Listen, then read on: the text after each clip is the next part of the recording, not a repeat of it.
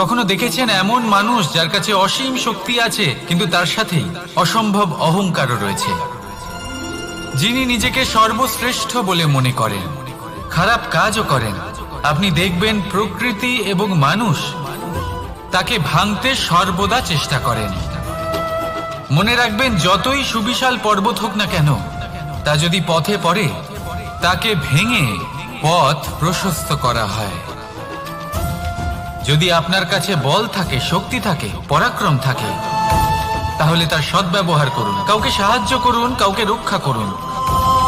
যদি আপনি আপনার শক্তির দুর্ব্যবহার করেন, তাহলে মনে রাখবেন আপনি নিজের বিনাশ নিজেই আমন্ত্রণ করছেন।